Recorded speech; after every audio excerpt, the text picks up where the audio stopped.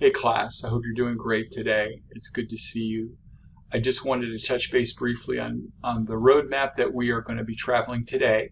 And as usual, we're going to start with the Psalm, and so we're going to do Psalm 91.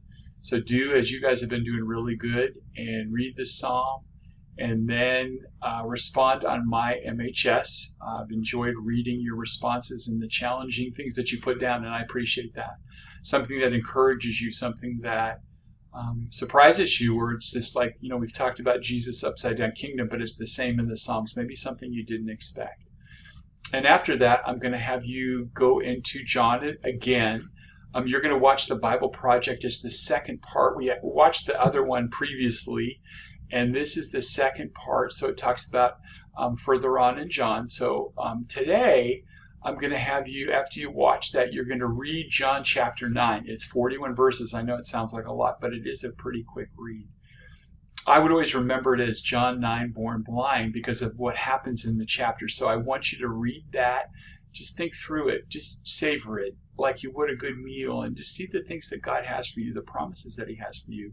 I've got some short questions for you to answer, so please answer those and respond to my MHS as well.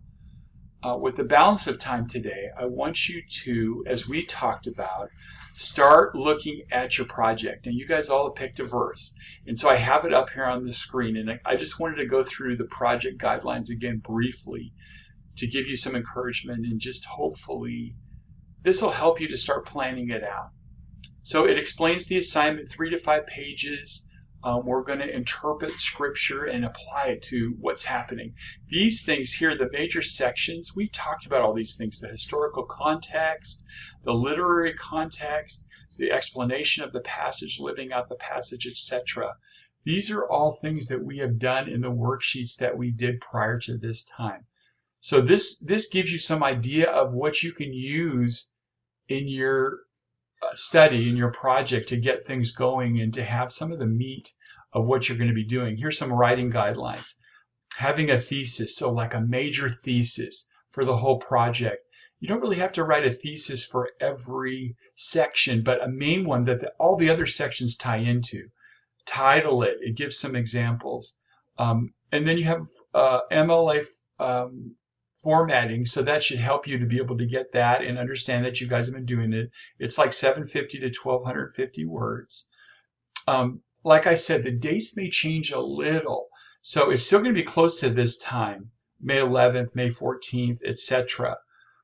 For the oral presentation, because we are in e-learning at the moment, and we might continue this for some time, at least for the foreseeable future, I will talk through the process of doing the presentation. It might be a little bit different since we're not sure if we're going to be together or not. So you may tape yourself and video and send it to me, maybe make a PowerPoint, and then explain it to me to explain your project. So let's go down a little further. It talks here about how to get an A, about doing things on time, following directions. You guys can read all these things. It gives a lot of clarity. Here's some tools. A Bible dictionary. A lot of them are available online. Also, I believe that there should be one on your iPad because we purchased one of those, but there's several there. It gives some ideas here for a New Testament background. It explains the historical context, commentaries. It lists them out for the Gospels that we are using, some online tools. There's some great things that can really help you.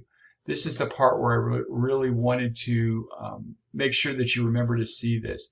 The diagram of our paper, having an introduction, and there's the thesis, and it goes down into body section 1, concrete details, followed by a commentary that explains the details.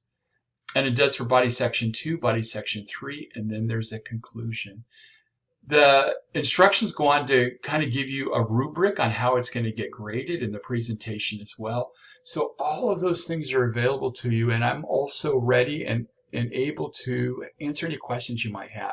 So I know that's pretty quick. I'm not spending a lot of time on it, but my goal for you today is to start making a timeline. So as you go back to the beginning, what are you going to do when you start thinking about these things? Beginning it, including the historical context, including the literary context, and all those different things that we've discussed and you've worked on, and you have those worksheets from your passage. So that should give you a good place to start. And today my encouragement is make a timeline, make a schedule for you. I know myself, I do it too. Sometimes I push things off until the end, and it creates more of a problem. So just spend some time doing that. Maybe next week on Wednesday, actually next week we're going to be meeting Tuesday and Thursday, but one of the days next week I might ask to see if you have a schedule, if you have a plan, a strategy to be able to work on the paper, and then actually get to doing some of it. Because we have time now, this is the time to do it. I just wanted to encourage you, as always, if you have any questions, let me know. I'm praying for you all. Have an amazing day. Talk to you soon.